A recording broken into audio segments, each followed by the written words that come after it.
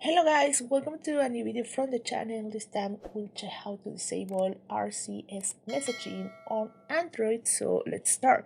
Well, I'm here on message. Now let's go to the right corner where is our icon. Just click there and then just scroll down and go to message settings. Just click there. As you can see, it appears an option that says RCS chats. So just click there. Just wait a little bit. And here appears the option that says turn on RCS chats. So if you want to deactivate this, just click here in the left and then just click on turn off. And that's it.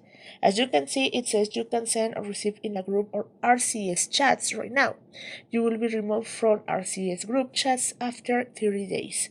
As you can see, it's very easy to do it. Now, if you want to activate again, just click there and you will activate again.